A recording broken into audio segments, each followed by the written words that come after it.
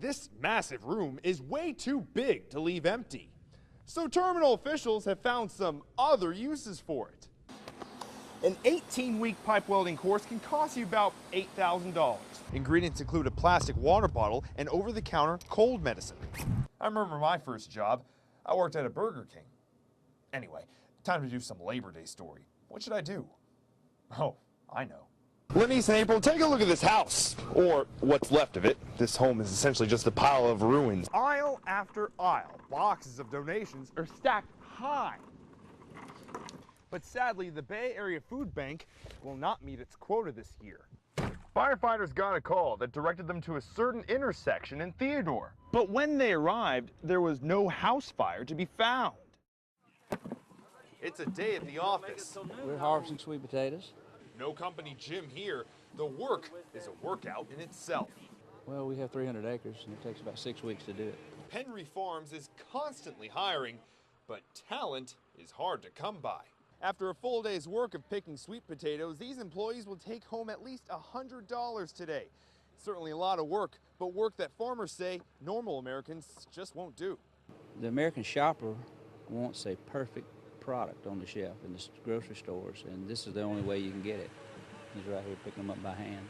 These employees have documents, but Penry doesn't know for sure if they're all legal.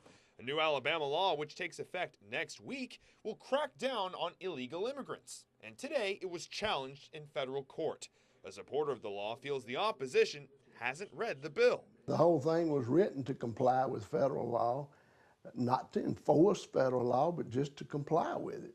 He feels people don't understand the law. For example, on page 8, the law forbids racial profiling, and page 19 says elementary schools should not have to require citizenship checks.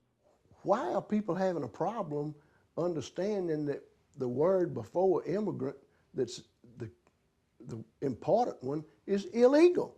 Penry feels some solution is needed to appease both sides, like Utah, which has a guest worker program for illegal immigrants. I understand illegal, but I understand what the American shopper wants on the shelf too, and it's got to be a perfect product.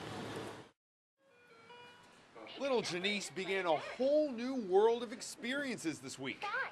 Monday was her first day of kindergarten. The little girl is growing up. But on Wednesday, she experienced a world of hurt. That's where the hair came off at, and this the other side. That's how it's supposed to look like. Janice's mother says on Wednesday afternoon, her teacher told her to put her backpack on. When Janice didn't follow directions, the teacher dragged her out of the room, pulling out 2 strands of her beautifully braided hair. The school principal later told Janice's mother the news. I'm still shocked. I was like, wow, I can't even do my dogs like that. At first glance, it's very easy to assume that this is fake, but on closer examination, you can tell it's real human hair. I can spot here some exposed roots on some of the hair strands. Now, a small bald spot remains. I feel like it's gonna burn so much. But last night, she was complaining about her head was hurting. Her mother filed a police report and spoke with the school system. She had Janice transferred to another classroom. This is a child. That nobody should have no business putting their hand on anybody's child. What do you want this teacher to do? To apologize. Doctors told the family she's fine and the hair will grow back, but there's some symptoms that will never go away. And this is something that my child's gonna live with her for the rest of her life. Shooters, you'll have 6 seconds to fire 2 rounds. Is the line ready? It's a day on the range. Watch your targets. Testing accuracy, skill, and speed. Okay, clear the rack. They got 1 minute and 15 seconds to get these 18 rounds off at the 25. Training together with one aim in mind, to fight against evil.